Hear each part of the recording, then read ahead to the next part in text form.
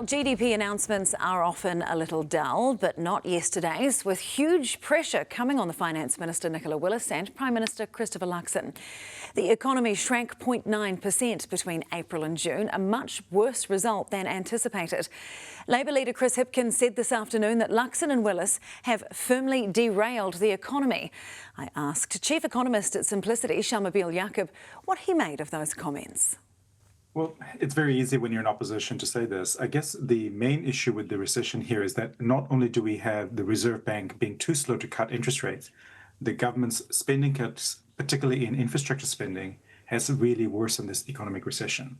And I think that's where those accusations are probably most pressing. There's a lot of pressure coming on the government at the moment. The Prime Minister today having to affirm that Minister Willis has his full backing. Given that the economy is going backwards, should she? Look, I think it's more about going, what are you going to do differently? This recession is deeper and longer than the global financial crisis.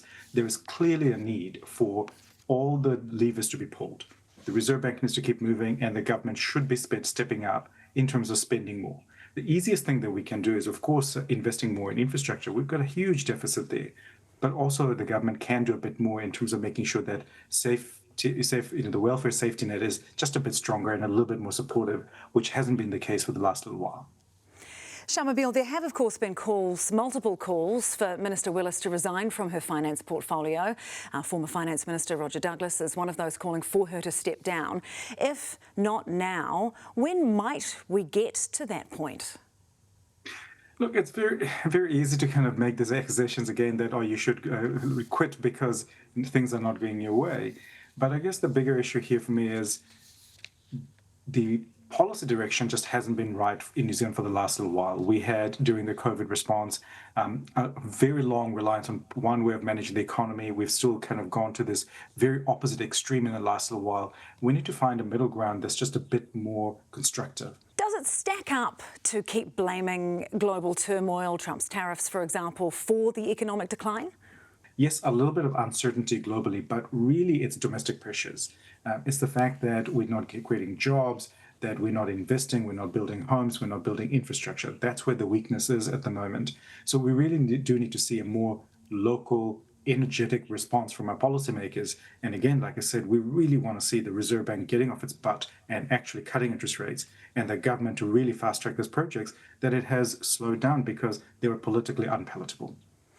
I wonder too, about the continual blame that the government directs towards the previous government for the economy. Yeah, look, I think it's wearing a bit thin. I think you've got to take responsibility at some point in time, and I think that point has come.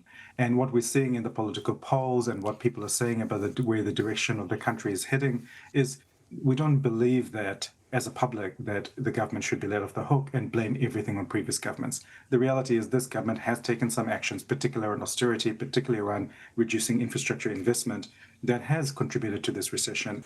So in your view, what needs to happen now, and when might we expect a turnaround for the economy? Look, it's already a bit late in terms of the recession is already deep. It's already longer than the global financial crisis. What we need to see is, first, the Reserve Bank probably has the biggest kind of influence. They should be cutting interest rates in aggressively over the course of the next couple of months. And the government can fast-track its infrastructure investments. We're not going to see any efforts from now bearing fruit until probably the early part of next year. Okay, thanks so much for your time today. Chief Economist at Simplicity, Shamubeel Eaqub. Tēnā koe.